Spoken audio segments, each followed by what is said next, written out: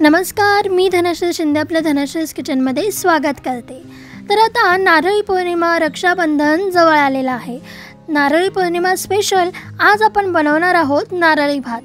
तुम्ही देखील या नारळी पौर्णिमेला हा असा मस्त रसरशीत आणि गोड असा नारळी भात बनवू शकता। आधी पण मी नारळी भाताची रेसिपी अपलोड केलेली आहे, पण आज आपण थोड्या वेगळ्या पद्धतीचा नारळी भात बघणार आहोत। तर त्यासाठी सर्वात आधी आपल्याला तांदूळ भिजू घालायचे आहेत। तर मी इथे दावत पुलाव बासमती राईस हा तांदूळ घेतलेला आहे। थोडासा मोठा असा असलेला तांदूळ घ्यायचा। 1 कप तांदूळ मी इथे घेतलेला आहे। आता हा तांदूळ आपल्याला 2 वेळा स्वच्छ पाण्याने धुवून घ्यायचा आहे। तर मी इथे तांदूळ 2 पाण्याने स्वच्छ धुवून घेतलेले आहेत। आता यामध्ये आपण पाणी टाकून ठेवूयात आणि असेच हे आपल्याला साधारण अर्धा तास भिजू घालायचे आहेत। चला तर मग अर्ध्या तासानंतर बघूया।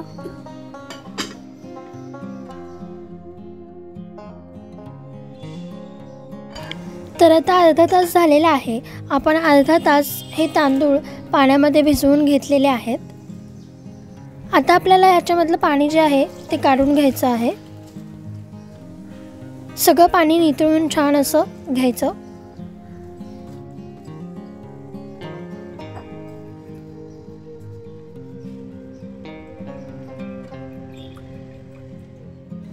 आता मी इथे 2 टेबलस्पून तूप टाकून घेत आहे। तुपाचं प्रमाण तुम्ही तुमच्या अंदाजाप्रमाणे कमी जास्त देखील करू शकता। तूप आपल्याला थोडंसं गरम करून घ्यायचं आहे। मी इथे तूप गरम करायला ठेवलेलेच आहे, त्यासोबतच मी इथे पाणी देखील गरम करायला ठेवलेलं आहे।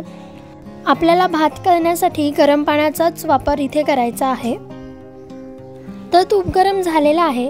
तर मी इथे 4 लवंग, 2 वेलची आणि त्यासोबतच दालचिनी असं घेतलेलं आहे। तर हे सगळं आता आपण थोडंसं फ्राय करून घेणार आहोत। वेलची जी आहे ती थोडीशी खोलून टाकायची, म्हणजे तिचा स्वाद अगदी छान असा येतो। आता हे आपल्याला थोडंसं फ्राय करून घ्यायचं आहे। गॅसची फ्लेम ही लोच ठेवलेली आहे। थोडंसं फ्राय झाले खडे मसाले की मग आपण तांदूळ त्यामध्ये टाकून छान असे फ्राय करायचे आहे। साधारण 2 ते 3 मिनिट तांदूळ लो टू मीडियम फ्लेमवरती आपल्याला मस्त असे फ्राय करून घ्यायचे आहेत।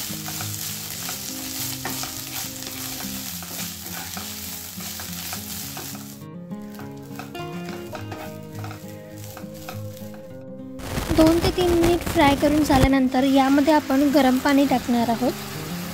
पाणी आपल्याला गरमच टाकायचं आहे आणि आता हे छान असं सगळं मिक्स करून घेऊया।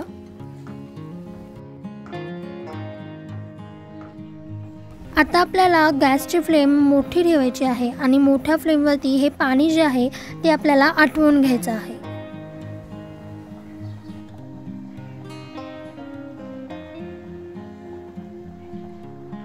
पाणी आटवताना सुद्धा आपल्याला मधून मधून हे थोडंसं मिक्स करून घ्यायचं आहे।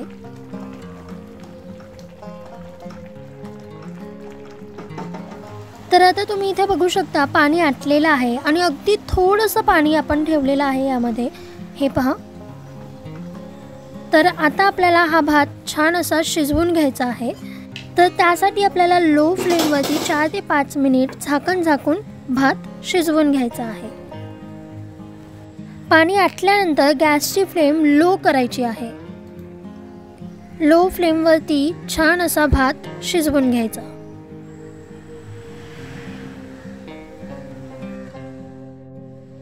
तर इथे आपण 4 ते 5 मिनिट भात छान असा शिजवून घेतलेला आहे। आता थोडंसं त्याला आपण मिक्स करून घेऊयात। अगदी नीट काळजीपूर्वक आपल्याला हे सगळं मिक्स करायचं आहे, म्हणजे भाताचा शीत तुटू नये यासाठी। आणि तुम्ही इथे बघू शकता भात आपला तयार आहे आणि अगदी मोकळा असा झालेला आहे, अजिबात चिकट असा झालेला नाही आहे। वाव, मस्तच। तर आता ही कढई आपण थोडा वेळ बाजूला ठेवूया। तर आता आपण पुढची प्रोसेस करूया। त्यासाठी मी इथे दुसऱ्या पॅनमध्ये 2 टेबलस्पून तूप घेतलेला आहे। तूप थोडंसं गरम झालं की मग आपण त्यामध्ये ड्रायफ्रूट्स टाकून घेऊयात. तर त्यासाठी मी इथे बदाम छान असे कट करून घेतलेले आहेत आणि त्यासोबतच काजू देखील घेतलेले आहेत. तर हे ड्रायफ्रूट्स छान मस्त क्रिस्पी असे आपल्याला फ्राय करायचे आहेत. म्हणून आधी तूप गरम झाल्या आधी सर्वात आधी आपण हे ड्रायफ्रूट्स फ्राय करून घेऊयात. तर मी इथे ड्रायफ्रूट्स छान मस्त क्रिस्पी असे फ्राय करून घेतलेले आहेत. आता यामध्ये आपण टाकूयात 1 कप खिसलेला नारळ. तर ओला नारळ घेतलेला आहे आणि आपल्याला 1 कप नारळ घ्यायचा आहे खिसून.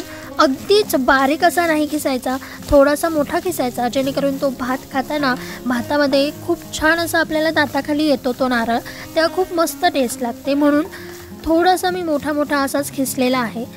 तर थोडासा नारळ जो आहे तो थोडासा फ्राय करून घ्यायचा आणि मग त्यानंतर आपण यामध्ये टाकणार आहोत 1 कप गूळ.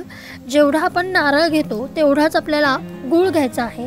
तर मी ते 1 कप नारळ घेतलेला आहे, तर मी इथे त्याचप्रमाणे 1 कप गूळ घेत आहे.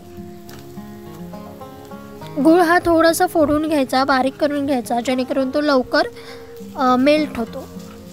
तर आता हा गूळ आपल्याला पूर्ण वितळवून घ्यायचा आहे.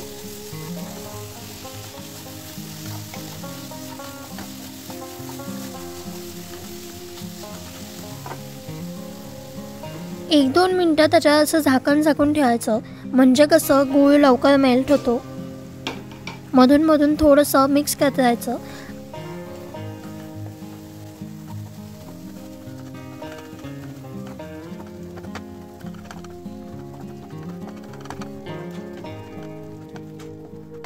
तर साधारण 4 ते 5 मिनिटांनी गूळ जो आहे तो इथे पूर्ण वितळलेला आहे, तुम्ही बघू शकता. तर आता ह्याला असंच थोडंसं आपण 1 मिनिट फ्राय करून घेऊयात आणि मग आपला हे मिक्सर तयार होईल.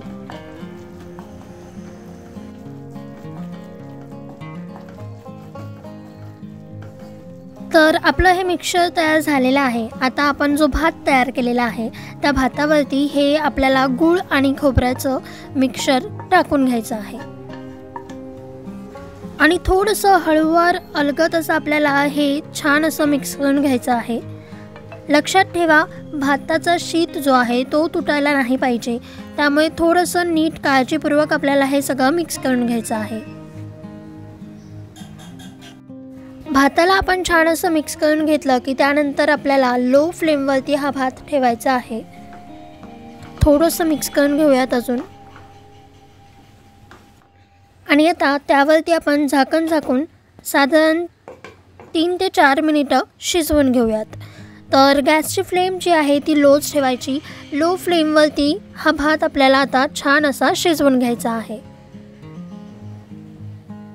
तर इथे भात छान असा शिजलेला आहे, तुम्ही बघू शकता. वाव, किती छान मस्त असा फुललेला आहे भात आणि अगदी मोकळा असा झालेला आहे, रसरशीत आणि मोकळा असा झाला आहे, अजिबात चिकट असा झालेला नाही आहे. वाव, सुगंध तर खूप मस्त दरवळतोय बरं का. चला तर मग आता आपण एका प्लेटमध्ये काढून घेऊया. तर मी ते एका मस्त पानाच्या डिशमध्ये आपला नारळी भात काढून घेतलेला आहे. थोडंसं डेकोरेशन केलेलं आहे, तुम्ही बघू शकता. आणि वाव, सुगंध पण खूप छान येतोय. भात अगदी भारी झालेला आहे, भन्नाट दिसतोय आणि टेस्टला पण तितकाच छान झालेला आहे. तर तुम्हाला जर काही नारळी भाताची रेसिपी आवडली असेल तर या नारळी पौर्णिमेला तुम्हीसुद्धा हा नारळी भात नक्की ट्राय करून पहा. कसा होतोय हे मला कमेंट बॉक्समध्ये कळवा. जर काही रेसिपी आवडली असेल तर रेसिपीला लाईक करा. त्यासोबतच जर तुम्ही अजून धनश्रीज किचनला सबस्क्राईब नसेल केलेलं, लगेचच जावा, सबस्क्राईब करा. बेल आयकॉनवरती क्लिक करायला विसरू नका. Bye bye. लवकरच भेटूयात नवीन रेसिपी घेऊन.